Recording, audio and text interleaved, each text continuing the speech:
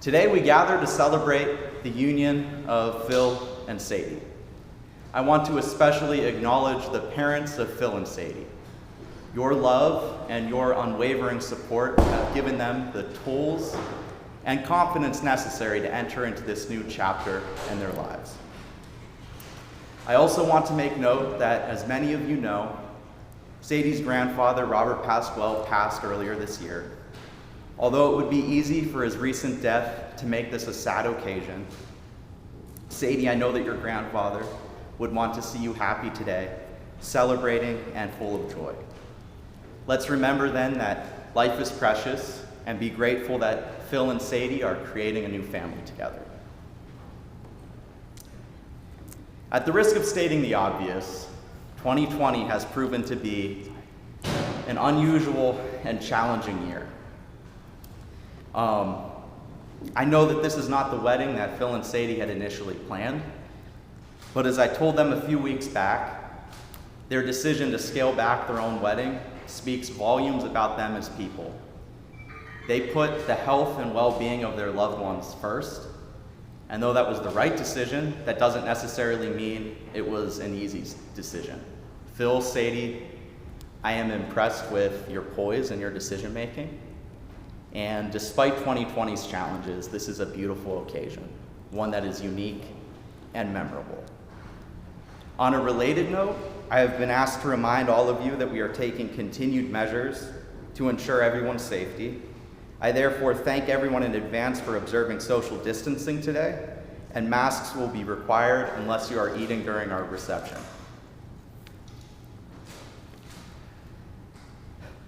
During the days leading up to this event, you have both likely felt the gravity of this decision. Marriage is, after all, a lifelong promise. And you have decided that you are committing to one another and that you want to share your lives with one another. That you will be equal partners during life's good, bad, unexpected, big, and little moments. Although this is no doubt a momentous commitment, I have nothing but confidence in this relationship. Because in truth, you two have already been living this commitment. I have observed how deeply you care about each other and how much you love each other, and I am privileged to be here today to formally witness your marriage. For those of you I haven't already met, my name is Frank George. Phil and I, we go way back. We met during our freshman year in high school, and then we lived together during our 4 years in college. Through Phil, I am very fortunate to now know Sadie well too. Having been successfully married myself now for 15 days, I am clearly well positioned to officiate this marriage and to impart my wealth of marital advice onto you. No, joking aside, it's rare that we're given an opportunity to speak sincerely about the people we care about, and that's what I want to do today. When I think of my role models, I generally think of the generation above me, the older folks who have had a positive influence on my life. Phil, you are the exception. You are my peer, Phil, but you are also my role model. I could remember during our days in college, when there was a dispute among our suite mates, I would get angry. You were calm and collected. I would procrastinate on my school assignments. Phil, you would wake up at 5 a.m. every morning to get started right away. Phil, it's like you have this intrinsic ability to keep sight of life's priorities. I could remember how proud you were when you talk about your younger sisters, or how during college you would make sure to go home every weekend to visit with your family. Put simply, Phil, you are a profoundly good person.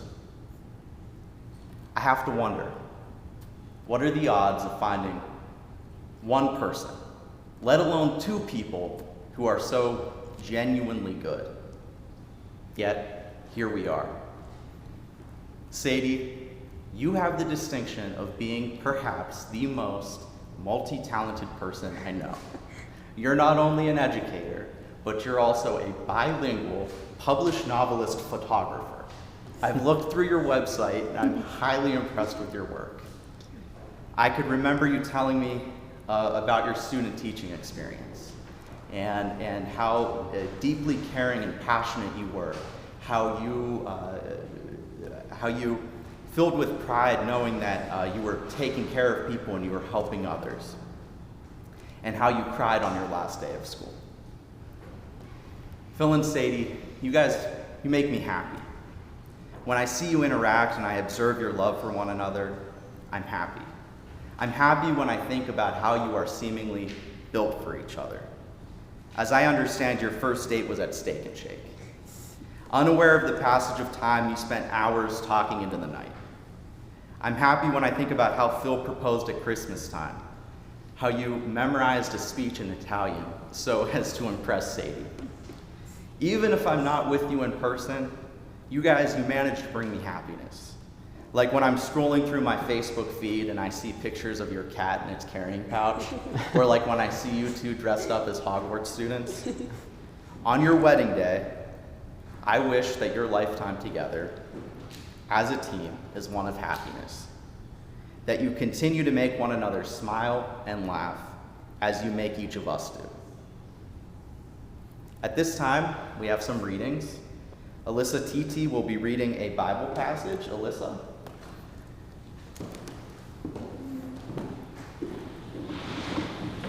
Love is patient. Love is kind. It does not envy. It does not boast. It is not proud.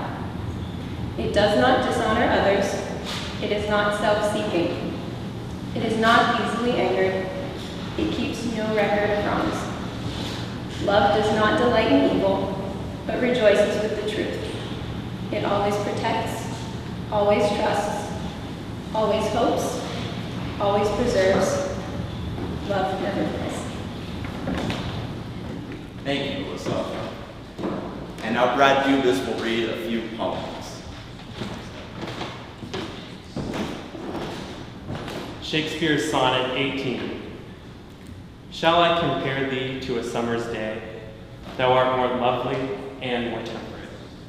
Rough winds do shake the darling buds of May, and summer's lease hath all too short a date. Sometime too hot the eye of heaven shines, and often is his gold complexion dimmed. And every fair from fair sometime declines, by chance or nature's changing course untrimmed. But thy eternal summer shall not fade, nor lose possession of that fair thou owest. Nor shall death brag thou wanderest in his shade, when in eternal lines to time thou growest. So long as men can breathe, or eyes can see, so long lives this, and this gives life to thee. Shakespeare's Sonnet 116. Let me not to the marriage of true minds admit impediments. Love is not love which alters when it alteration finds, or bends with the remover to remove.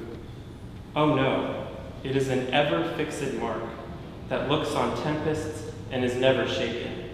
It is the star to every wandering bark, whose worth's unknown, although his height be taken. Love's not time's fool, though rosy lips and cheeks within his bending sickle's compass come. Love alters not with his brief hours and weeks, but bears it out even to the edge of doom. If this be error, and upon me proved, I never writ, nor no man ever loved. And finally, a poem by Christopher John Brennan, titled, Because She Would Ask Me Why I Loved Her. If questioning would make us wise, no eyes would ever gaze in eyes. If all our tale were told in speech, no mouths would wander each to each. Were spirits free from mortal mesh, and love not bound in hearts of flesh, no aching breasts would yearn to meet and find their ecstasy complete. For who is there that lives and knows the secret power by which he grows? Were knowledge all, what were our need to thrill and faint and sweetly bleed? Then seek not sweet the if and why. I love you now until I die. For I must love because I live, and life in me is what you give.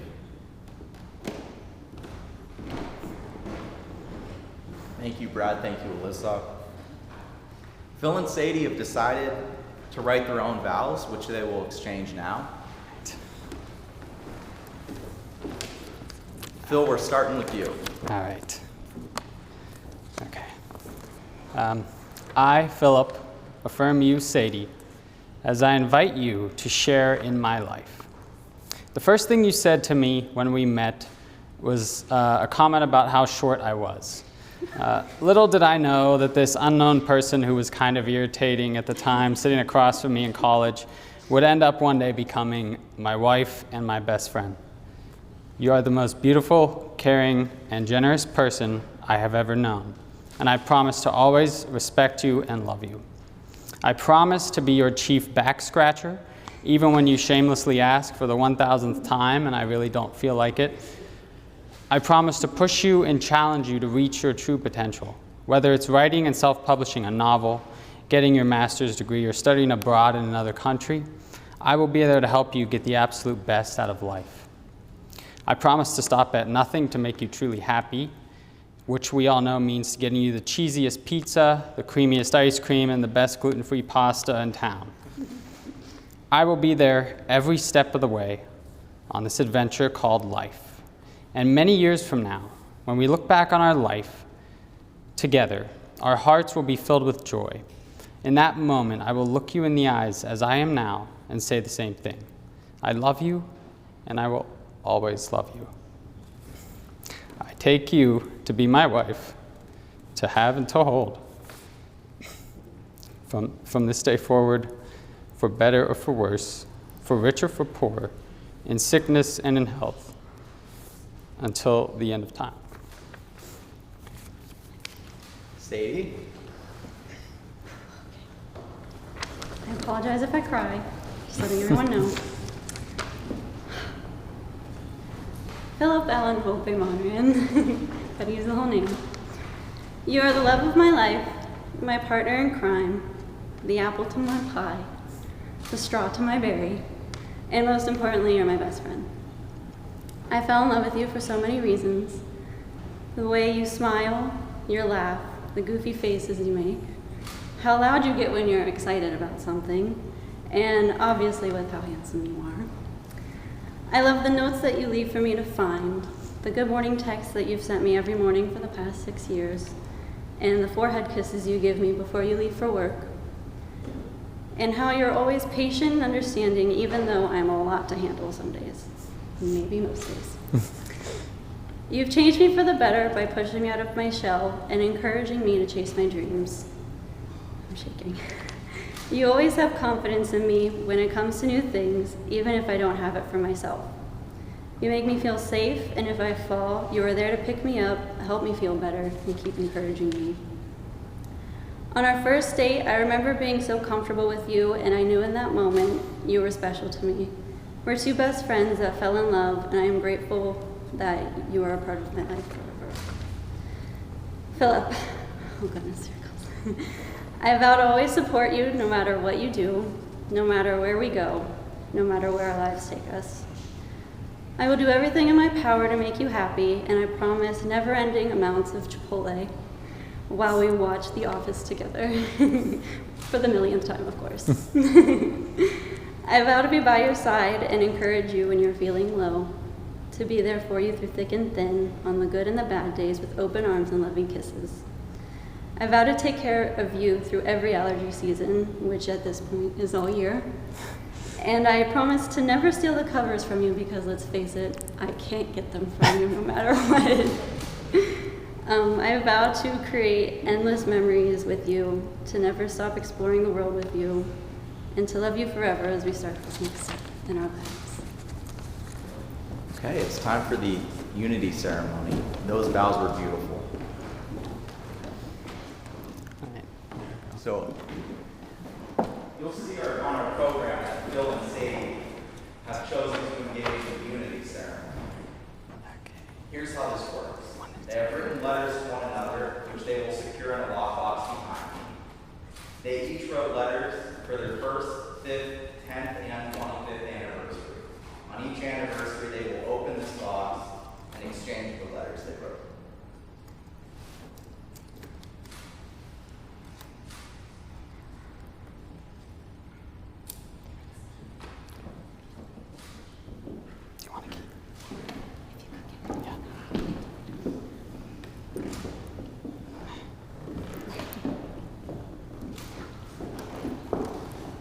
got the keys? Got the keys. Okay. Ring ceremony time.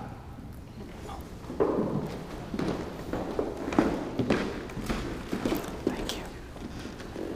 Right. Get this here. Oh, yeah, here. There you go. Your rings serve as a reminder of the vows you have just taken. The never-ending circle is a symbol of infinite and unbreakable love. Sorry. Phil, take this ring and place it on Sadie's finger and repeat after me. Sadie, I give you this ring Sadie, I give you this ring as a symbol of the promise I made to you today. as a symbol of the promise I made to you today. Now, Sadie, you take this ring and place it on Phil's finger and repeat after me. Phil, I give you this ring Phil, I give you this ring as a symbol of the promise I made to you today. as a symbol of the promise I made to you today. Having pledged your love and your commitment to one another today in front of all of your family and friends, and by the power vested in me by the state of Ohio, I now pronounce you husband and wife. Phil, you may kiss the bride.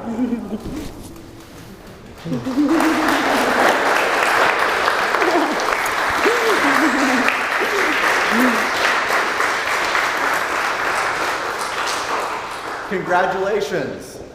Friends and family, it is my honor to introduce to you Mr. and Mrs. Phil Wolfe Monroe.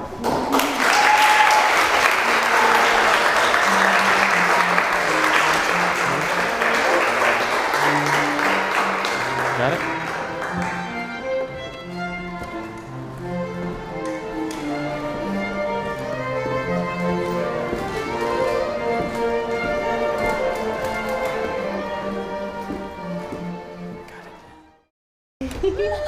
Hey!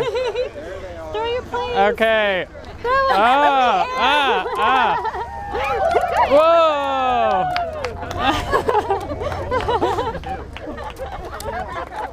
Kiss for the camera. All right.